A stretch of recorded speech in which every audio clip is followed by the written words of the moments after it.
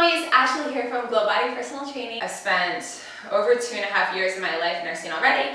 Now nursing again for the past 7 weeks with Eva. She's already up 3.5 pounds, so she's getting enough right. We're doing something right, and I just want to share my tried and true tricks with you in order to help save you some stress and save you some time, which is really always my goal.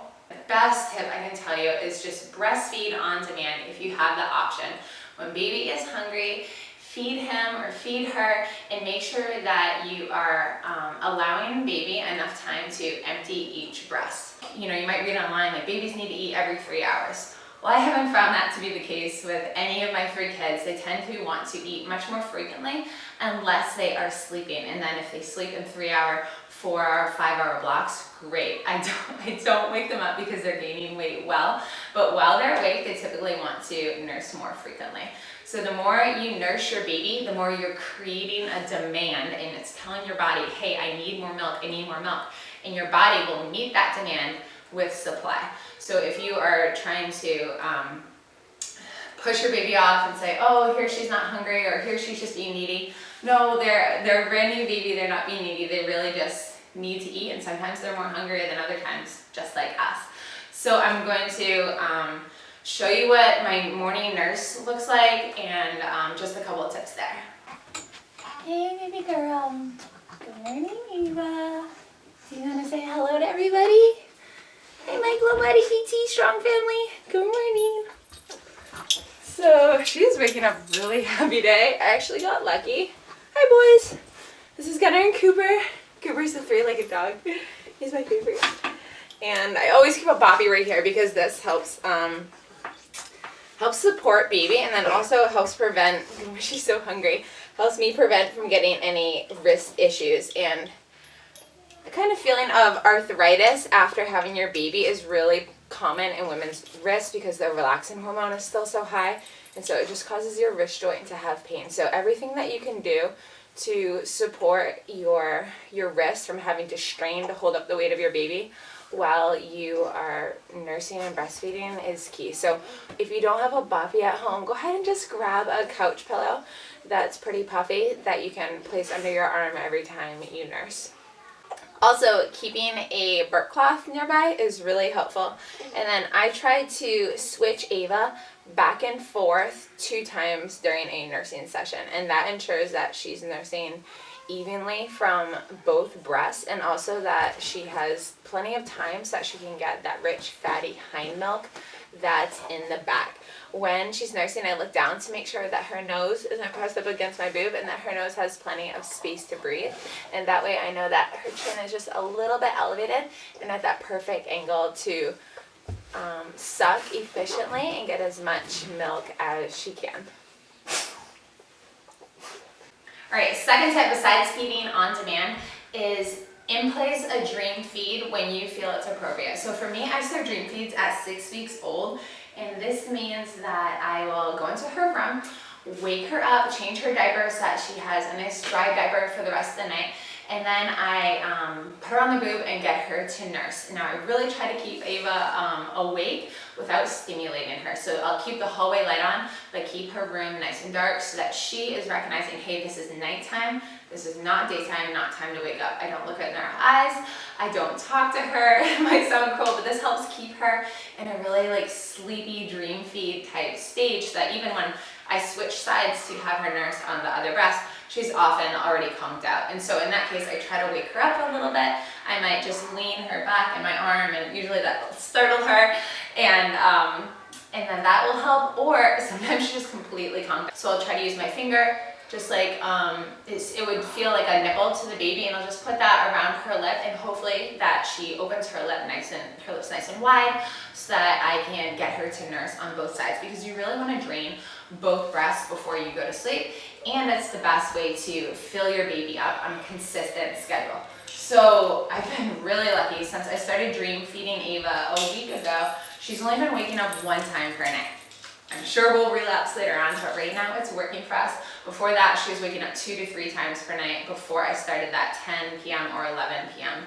dream feed. So I definitely recommend that both for your milk supply and to get your baby to sleep longer. Now, the next best thing you can do to increase your milk supply is create an artificial demand, and that means pumping. I recommend using an electric pump that's dual-sided with a zip-up bra that holds it right there for you. I'm going to show you exactly what I'm talking about, and you don't have to do this for long. You can do this for just 4 to 5 minutes at a time, because that's all I do each day, just to get an adequate amount of milk and pump up my breast milk supply, because my body thinks that baby needs that much at that time of day, but really I'm just creating a freezer storage supply.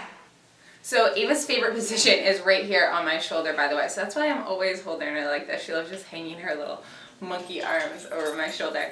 But this is where we go immediately after her first morning feed. We come and just pump, and I do this for about 4 minutes and 2 minutes as well. I'm brushing my teeth, so that really helps because I'm on a timer. And then I also stand on my half split foam roller, which I keep right here in the bathroom all the time. You can see its shape, and I just stand on it. I'll show you a picture, because there's nothing else out there that has prevented me from getting plantar fasciitis in my arches and getting shin splints. So it just really keeps me healthy, and this has worked for me for years. So highly recommend that, because it's the best use of your time while you're already there brushing your teeth and pumping. You can also be stretching your calves, which is amazing.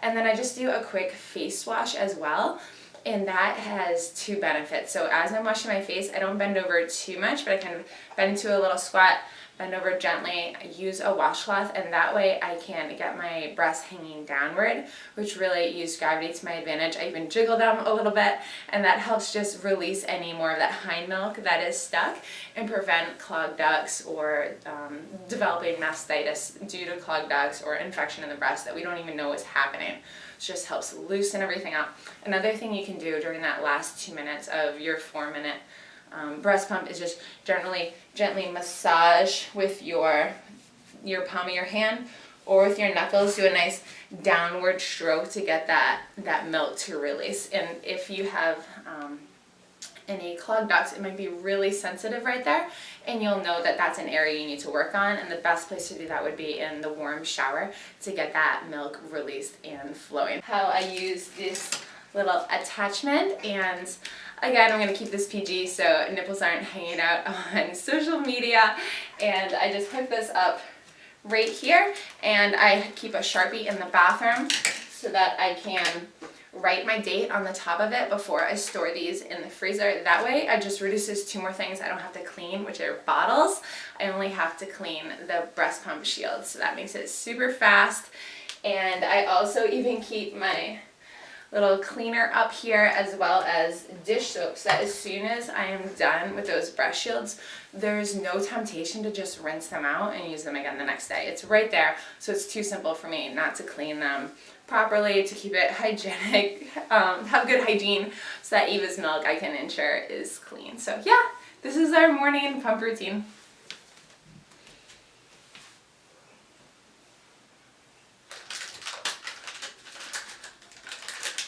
Isn't that just amazing? I love it so much.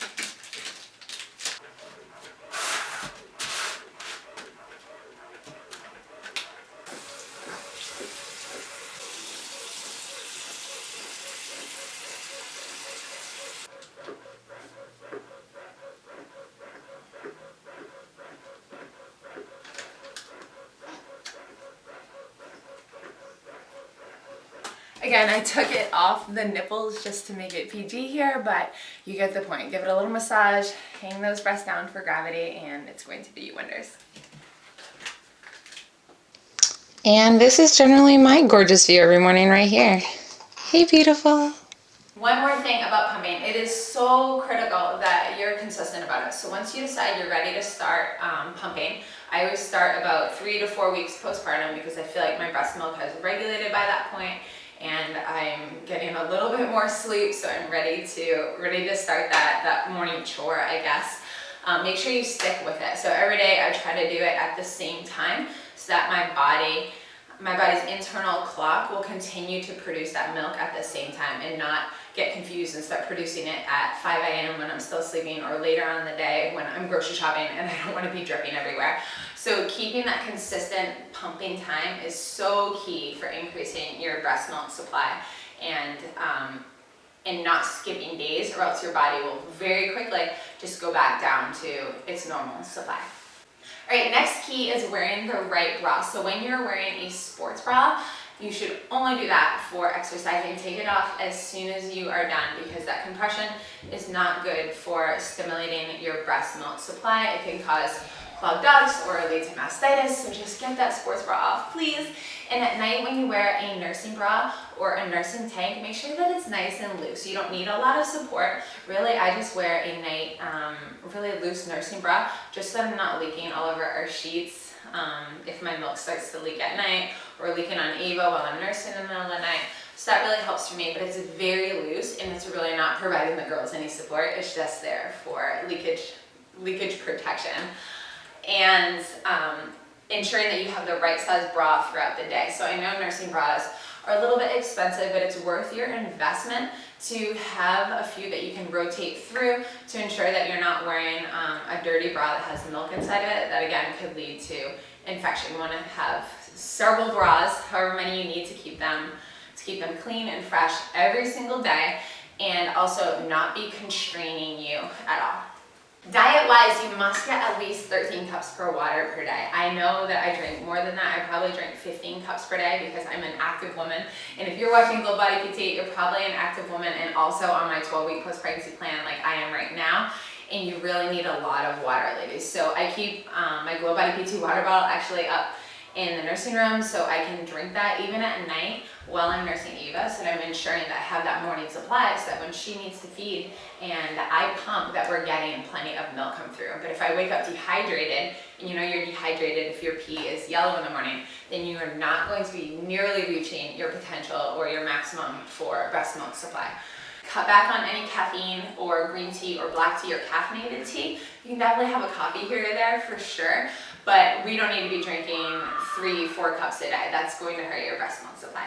All right, the last key for having a healthy breast milk supply is your diet. Really, you just need a well-rounded diet. It sounds super simple, but that's the truth. Your body will take the nutrients that it needs and put it into your breast milk.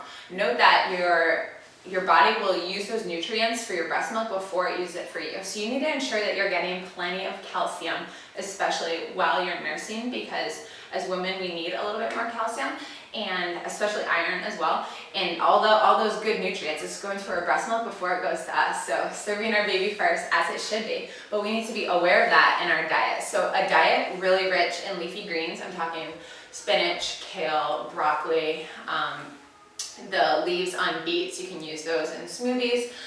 Those are the things that have a lot of calcium and iron. If you consume dairy, get that in your diet. A little bit of protein as well, whether you're a meat eater like me or whether you're a vegan or vegetarian. I'm sure you're getting plenty of beans and nuts, seeds, lentils. Those are all great sources of protein. I definitely consume oatmeal. I don't think that it's a fix-all. I don't think lactation cookies are going to fix all your problems. They will add more sugar and carbohydrates to your diet, and glycogen is needed to create breast milk supply, but it's not something that is going to give you a major boost. There's no single one food out there or one supplement or one tea like mother's breast milk tea or oatmeal or fenugreek. There's no one super power food that is going to rapidly increase your breast milk supply if you're not doing those other 3 things that I already mentioned. Now, next video, I'm going to share my lactation smoothie with you, and that's just a good way to cram more fruits and vegetables and nutrients into your diet and make it quick and easy, because we don't have a lot of time to be cooking in this season of life, and get all those nutrients in your diet and feel really good about it. So if you like this video, please give it a thumbs up and support my channel. Press subscribe below so that you don't miss out on any super quick and time efficient workouts at home, nutrition advice, and health. I'm always happy to answer your questions, so ask away below and we can talk about it. Or give me your top tips for breastfeeding if there's any that I left out. I would love to hear those, and I love when you share your tried and true advice with the GlowBodyPT fam. I love you guys so much. I'll see you next time. Bye.